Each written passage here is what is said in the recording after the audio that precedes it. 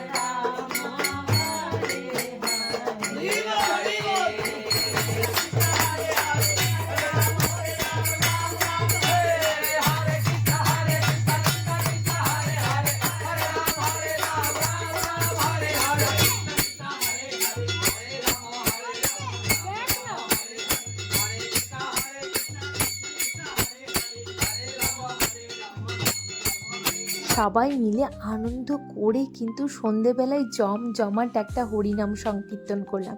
তারপরে এখন চলে এলাম হচ্ছে বৌদির রান্নাঘরে, বৌদির হাতে স্পেশাল ঠাকুরের হাতে প্রসাদ খাওয়ার জন্য।